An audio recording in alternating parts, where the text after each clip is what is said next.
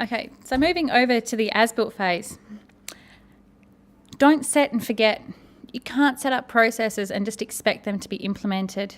On major projects, we have enviros to implement an EMS. We have safety people to implement safety management on site. We have quality people on site to make sure the quality management systems are in place. This is no different. Granted, it can be mixed in with someone that's already on site with their current role. But it's important that you have someone that is in that position to make sure that these processes are actually getting implemented.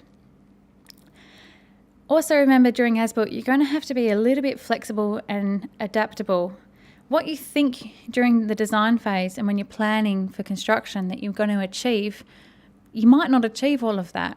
So just remember that you do need to be flexible with how you go about collecting your evidence, and in some cases you're going to have to rewrite some of your credit summary forms because the scenario has completely changed. That works in both favours though. Sometimes it's things that haven't worked out well and you end up losing points. In others, some additional decisions have been made that have actually enhanced some sort of sustainable outcome, and therefore you're going to be able to get more kudos for the outcomes, which is great. Write up the credit summary forms progressively. Don't do it too early, but definitely write them up progressively. I've found that even though I'll go through the tool in detail and I will get as much evidence collected and I'll do up all of the lists that I need of all the evidence I need to get, it comes down to when I write it that I realise I'm missing one key piece that I haven't thought of, and it's just that way I can wrap up a story or something else.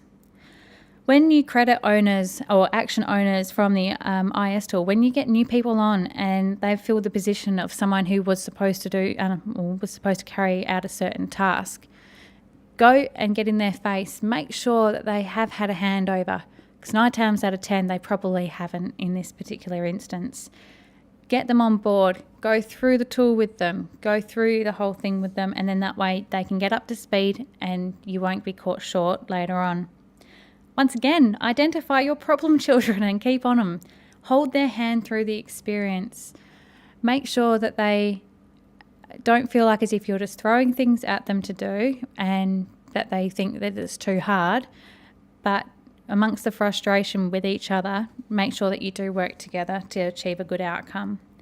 And submit your as-built rating prior to PC.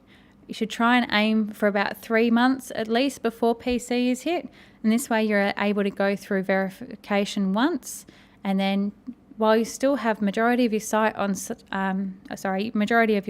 on site, you can still go and gather evidence or information off them. It's a bit hard when they've all moved on to another project. So then you should be able to get your final rating around the same time you hit PC, which is a great thing to be able to demonstrate at that time.